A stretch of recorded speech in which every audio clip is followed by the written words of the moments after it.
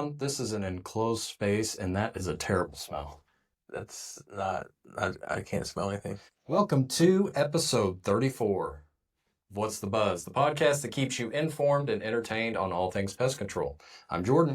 I'm Shawn. And together we're here to buzz through the world of pests, big and small. From the latest in pest management techniques to the fascinating facts about the critters we all love to hate, we've got the insights you need. It's another week, and we are here once again to share our real-life stories, expert advice, and practical tips to help you keep your home pest free. So sit back, relax, and get ready to discover what's buzzing in the world. Bringing the heat. Delivering value. Wet and warm. It is wet and warm outside today. It is. It's rainy. We're down here in Joplin today. The drive down was a little bit stormy, a little wet. Got the rain. Is that why you still got your rain jacket on inside? I do. Is that kind of like sunglasses inside? No. It provides warmth. It's similar. It's already warm. So I'll just go ahead and shed my rain jacket while we're sitting here. It's perfect. Listeners, don't pay attention to Shawn today. He's in rare form. But Shawn, what's been going on since the last time we recorded? A lot. We've been busy. We have.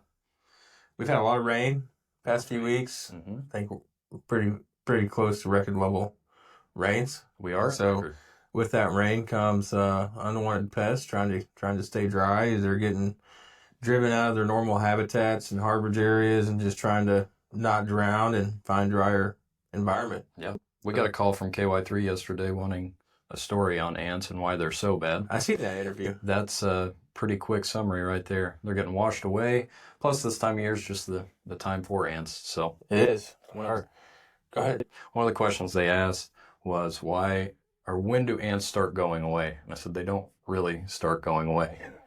No, they don't. So our main topic today, though, is Skeeters. Skeeters. Mo Skeeters. Mo Skeeters. Not to be confused with Can's Skeeters. The Mo Skeeters. Is that your attempt at a lame joke? A joke? Yeah. Oh. Yeah, it was a... Kind of fell flat there, but that's all right. You know, mosquitoes had Yelp, though, that our ankles, human ankles, be a 5-star buffet. Oh, that was a really good one, Shawn. That's right. All right. So we thought we would talk to you guys today a little bit about some mosquito facts, what they do, and possibly how to take care of them. Habitat and treatment, that kind of thing. So, we got a lot of nerdy facts. You know that? Sure. Everyone loves them. Did you know only female mosquitoes bite? Really? Yeah, they do. What do the males do? They don't bite. The reason the female mosquitoes feed on bite blood, they need that to develop their eggs. Oh. Males, however, stick to nectar. They don't bite and consume blood. So, did you know that there are 3,500 different types of mosquitoes worldwide? It's a lot of different types of mosquitoes. You know that? Yeah. Do you know how many are in Southwest Missouri? Not off the top of my head. 6? Not off the top of my head. We have to do some research on that. Okay. I'm surprised you don't have that memorized, but yeah. So sorry. They're the deadliest animal in the world. The deadliest animal in the world? Yes. More deadly than lions? More deadly than sharks, snakes, lions combined annually. And the reason is because they have the diseases they transmit. But they're the deadliest animal in the world. But you knew that, though. I didn't. You knew that, you sucker. I did know that. And did you also know that they've been around for over 100 million years? Does that mean like dinosaurs invented fly swatters for mosquitoes? Well, fly swatters are for flies. Well, people use them for mosquitoes, I'm sure, too. I mean, I use my hand. Maybe. Now, my question is, do you think that they evolved over time to get through dinosaur skin? Dinosaur skin? Dinosaur skins? Okay. Or do you think it just works the same? I think there's probably some evolution involved in that. Probably so. I believe. I've never seen a real live dinosaur rolling around. But I'm sure the impression I get is their skin is probably pretty tough and leathery. I would assume they are correct. So mosquitoes can transmit malaria, They can. Zika virus, which we had a couple years ago. We had a pretty Mhm. big scare with Zika virus around here. Yellow fever, West Nile virus, which was also a pretty good concern probably 10 years ago, but it's still prevalent. But yeah, they can carry multiple diseases. All at the same time, too. Uh, Single mosquito can carry multiple at the same time. So it's kind of like a flying biohazard. Like a buffet of Biohazard, right? biohazards. It's really comforting. There's some regions around the world that mosquito-borne illnesses kill a child every 30 seconds. That's terrible. I did not make that up. That is a fact. That is. That's a fact. And it's still terrible. Mosquitoes, a lot of people don't know this. Mosquitoes spend 75% of their life in water. Yes. They're considered an aquatic pest. So egg larvae, they are in standing water, whether that's pond, lake, a dog bowl you left outside in your backyard that's been collecting water, frisbee turned upside down, the top of a barrel. Mm-hmm. Anything that holds water, stagnant water, is a breeding site. And they actually the larvae in the water are up towards the surface. And they got like a little snorkel that goes up above the water. So they. A snorkel. I call it like a snorkel. I like that. You like that? Yeah. So, control around your property. Make sure those container breeding sites are empty. Anything that can collect water will collect water, and mosquitoes will lay eggs there. Absolutely. And then you'll get little baby wigglers in that water, and then they'll hatch into full bird bass. Bird bass. Bird bass. Excellent area. Until you get rid of those breeding sites around your house, it's going to be just a cycle. You can fog and knock down. You can, treat with a residual application, but until that breeding site gets eliminated, it's just going to be a cycle, right? And if you live in a subdivision, sometimes that can be difficult because your neighbors might have the breeding site. Somebody across the street in their backyard might have the breeding site. Right. And so it's just one of those tough situations because, you hire a pest control company to come treat your property for mosquitoes. They can't treat your neighbor's property. Right. So mosquitoes really suck, Shawn. It's one of the few pests, like you were mentioning, it's fully a suppression. You're on a roll today. Thank you. It's suppression, so we cannot eliminate every single mosquito that flies across your property, but we can kind of suppress those numbers down. We can. Typical treatment for bug zero would be to treat all the resting areas as far as adults mosquitoes concerned. So we're treating the underside of tree leaves. We're treating bushes and shrubs. Shaded areas. They like the underside of those tree leaves. They love bushes and shrubs because they don't like daylight. That's why there's more activity at dawn and dusk. Right. But we got to treat those areas where they rest at. But the ultimate solution would be eliminating the breeding site, which sucks. Sorry, you're on a roll. I just kind of rolling with it, but just trying to steal my jokes. That's they do make some pretty decent mosquito traps as far as like mosquito larvae. We don't utilize any. There's not a lot of companies locally, none that I think of that do, but I see it in other states where companies are using them with some success. Yeah. But they got to be maintained, monthly and throughout the season, and they're pretty pricey. That you can't set them in direct sunlight. They got to be in a shaded area. So there's a lot of factors that determine the success of those traps too. Yeah. For sure. So Shawn, when I'm outside and I'm enjoying my family time, I don't personally get bit all that often, but my wife and my kids get attacked. Is there a reason for that? Yeah, it's all your years in pest control. You got that repellency just bouncing off of you, just coursing through my veins. Just repellent. Like if you slept on the ground in the woods camping, everything probably just crawl around you and go the other direction. Be like an aura around you. Yeah, just this aura of pesticides just like a clone. Wow. Interesting. I haven't made that up. I think you did. I think that go ahead. Are attracted to certain blood types too. They are. They kind of find you by your breath and sweat, so they smell the carbon dioxide, lactic acid from up to 100 feet away. Yeah. Kind of similar to bed bugs. Bed bugs, they sense temperature and they sense your carbon dioxide. But blood type does matter. Type O blood more likely to get bit than type A. So What type are you?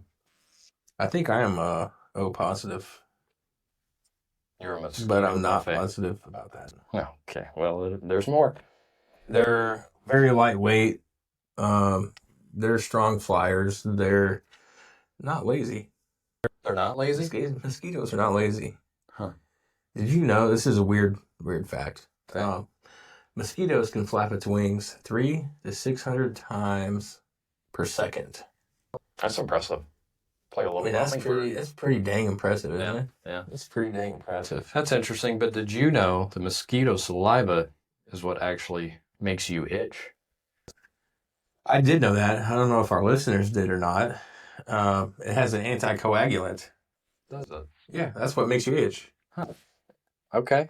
Uh-huh. Mm-hmm. They can drink 3 times their body weight in blood in one meal. I believe that. Have you ever had that where you find one and you smack it? And then blood goes everywhere? Yeah. Absolutely. That's pretty disgusting, honestly. And then you're like, why did I do that? Why did I just move my arm? Yeah. But I wanted to kill it. Yeah. That's You wanted to make that mosquito suffer. Yes. A slow, painful death. If I wanted to suffer, I would just go barely push down and like get it in like a triangle chokehold. Yeah.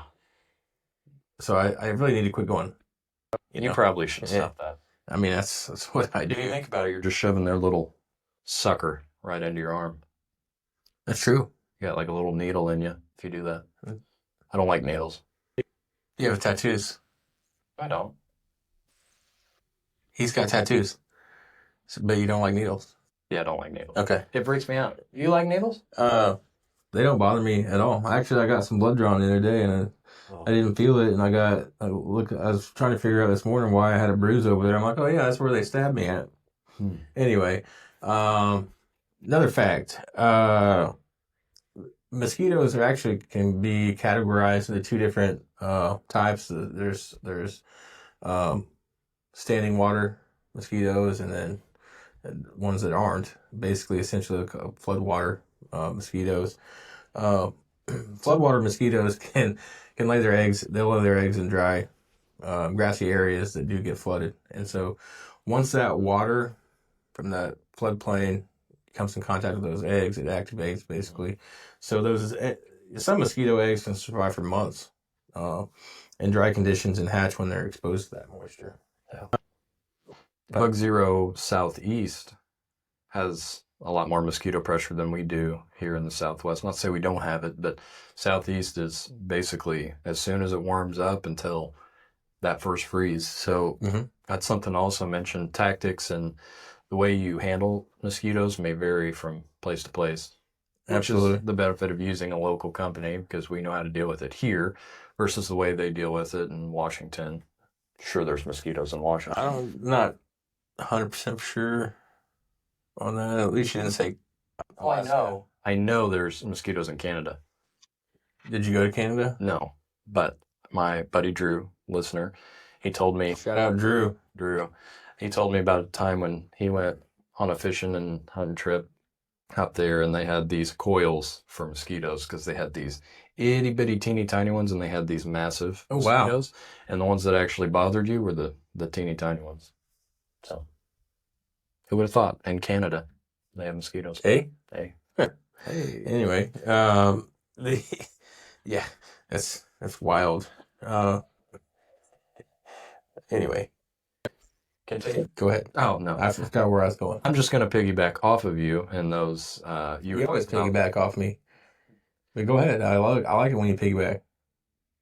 Those eggs that you were talking about can lay dormant for quite some time. So that's why you'll see when we have torrential downpours like we do right now, even after a dry period, those mosquitoes might start slowing down, but that rain just reactivates everything. Absolutely. So. Absolutely. All right. So how can we protect ourselves from, if we're enjoying the great outdoors,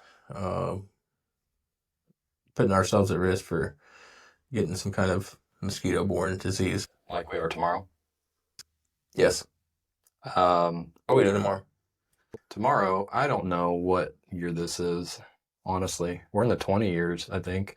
We're doing the Shootout for Autism that our company owner, Mr. Michael Woodring, actually started back in, might have been 2005, early 2000s. Were you born in 2005? I was, Okay. yeah. I'm 30, so I mean, you were 5. I was 10. 10. I mean, it's simple math. Math is really hard for you, isn't it? I'm actually pretty good at it. It doesn't show. But anyway, we are doing that. This will be, gosh, we do it every year. Bug Zero does sponsor 1 or 2 teams. We have 2 teams this year. But basically, sporting clays, you get 100 chances, basically. And the reigning champ is sitting right until tomorrow.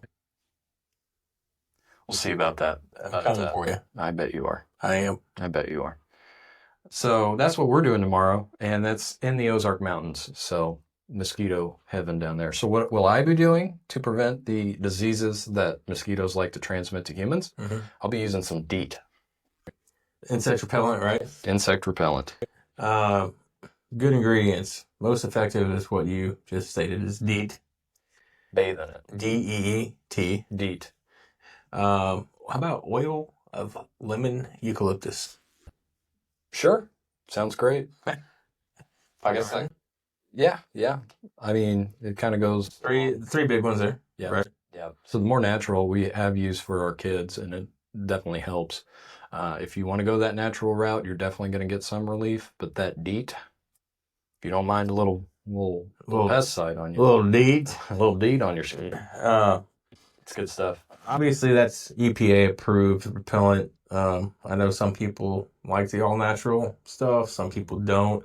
Some people react differently to different things. When a new pesticide is brought to the market, it usually takes 8 to 10 years before the EPA will approve it. And usually with goes about 120 different tests in that 8 to 10 years. So even though it's not natural, it's went through a lot of testing before it's been brought to the market. Yeah. So reapply that repellent as needed, especially if you sweat a lot like I do. I'm a sweater. You're a sweaty boy? Yeah, or if you go swimming, that'd be reapply. Yeah, like sunscreen. Right. Yeah. Protective clothing. Mm-hmm. I mean, I'm not going to do that because it's in the summertime. Yeah. Long sleeves definitely help. It doesn't mean they won't bite through that, because it definitely has happened before. But I think you have less of a chance to get bit if you're wearing long sleeves, long pants, long socks. You can also, apply that that DEET to your clothes. You can. Yeah. If you don't want to spray directly on yourself. Go DEET yourself. Oh. I just said go DEET yourself. Go spray yourself with DEET. Yeah. Something else you can do if you're sitting in your wonderful backyard oasis or your garage, possibly. Your garage. Some people like to hang out in garages. Okay. But you can set up some box fans or fans in general that disrupt that airflow, helps keep them out. And then maybe you're feeling a little festive and you want to break out the tiki torches with citronella. Yeah. That could help as well.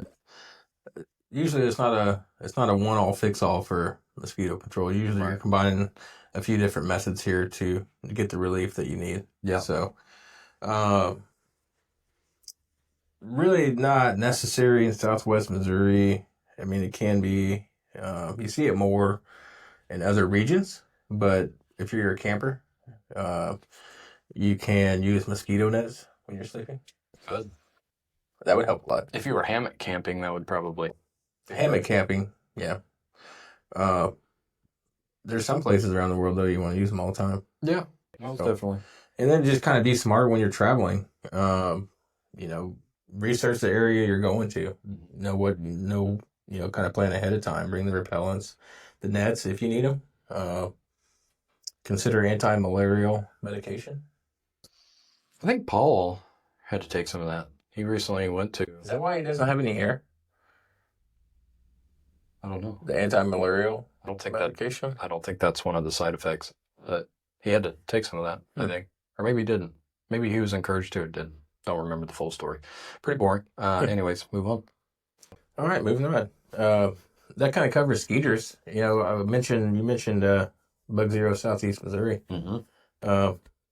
They actually advertise with the local news station down there, and they have a Skeeter meter on every night. Yeah. It's pretty funny. The Skeeter meter? Skeeter meter. Yeah. Bug Zero Skeeter meter. Cool. Customer questions. I do have one, Paul from Penn State. Penn State? Penn State? Pitt State. Pitt State. Pitt Let's say State. Penn State. I was like, Penn State? That's a long ways away. The question is, how long do your mosquito treatments last? Is Paul asking me? Well, I'm reading the question. Okay. You have an opportunity to answer that, and I may piggyback on that. Man, I feel like I answer this way all the time, but it depends. It depends. You answer that a lot. I do. What's it depend on? It depends on condition outside, right? So pesticides in general's natural enemy is sun. Sun breaks it down faster than anything else. Absolutely. More than water, more than things walking over it, I guess. The nice thing with those mosquito applications is it is on the underside of those broadleaf tree leaves, like you mentioned earlier. So that kind of protects it from some of that. I would say probably 30 to 60 days. At that 60-day mark, we're looking to reapply. Absolutely. Anything to add to that? No, you pretty much nailed it. Yeah. Thank you. But it just depends. Well, Man, everything. It's like, it depends. It depends. well, there's factors. There's different factors. But beyond that, I mean, we didn't even talk about this, but we do have options for larvicides in ponds. You know, those golf course communities and communities that just have large. HOAs may have a pond. Exactly. Sure. So those larvicides will last a significant amount of time, 6 months or so, if Yeah. we do those applications. Yeah, typically they'll last 120 days, so you can make. I mean, the treatments do get pricey for those pond applications, but it's basically one treatment for the season and you're done. Yep. So that larva breeding side's taken care of. Yeah. So, we're doing aquatic pond application today, but not for a skeeter. Not for a Skeeter. Not for a skeeter. So we do just, out of the ordinary situations here. Not every pest control company can make those applications to the water. There's only a handful around this entire part of the state, I think, that have that Category 5 aquatic pest control license from the Department of Ag. So, Right. mistake a lot of people make is they think all pest control companies can do anything, and that whether that's just general pest control or termites or the mosquito applications or lawn treatments that cover your whole lawn, and that's just not the truth. Right. We got to have a special license to make applications outside a 10-foot band around a structure. We got to have special license to treat aquatic situations like ponds, that kind of thing. Yeah. So make sure you do your research and you know what companies to. Same with termites. I mean, there's a special category for termite control. Not every company can legally take care of termites. Right. So You would be correct, sir. I think it's time for our 5-star review of the day. All right. Let's see what we got here on the old Google page. Let's hear it. Let's see here. Reviews. Let's go to newest. You got one a day ago. Hey. Shawn Killian, 5 stars. Bug Zero came out to our home today for the first service, and we could not be more impressed. Prompt, polite, thorough, Trevor was willing to explain everything he was doing and why, as well as answer any questions we had. They spent a good amount of time here going over every nook and cranny, ensuring not to miss anything. Highly recommend Bug Zero. I love a thorough nook and cranny. I bet you do. That's really good. Really good. Thanks for the review, Shawn. Good job, Trevor.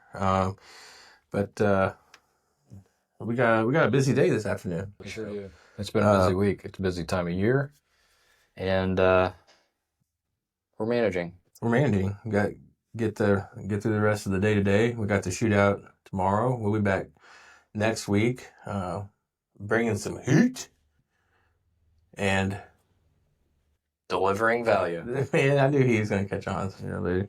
But thanks for listening to episode 34, Skeeters, here on What's the Buzz podcast by Bug Zero. Be sure to share this awesome show with your friends and family, co-workers, aunts, uncles, cousins, enemies, acquaintances. I was just going to wait and see how many you could pull off right there. It's pretty impressive. Thanks. Over and under was 7, so you're close. I think I got there. You did. But give us a like and share. If you have any questions, always submit those. You can shoot them over our Facebook page. You can email sales@bugzero.com. But till next week in the next episode, I'm Shawn. And I'm Jordan. And we'll catch you guys next time. See ya. Creepy crawlers invading your home? Bug Zero. Spiders, ant, and flies? Oh my. Bug Zero. Bed bugs and mosquitoes leave you itchy for help? Bug Zero. Whether it's bugs in your home or bugs eating your home, Bug Zero has you protected. With both residential and commercial services, Bug Zero's comprehensive pest protection takes you from infestation to extermination.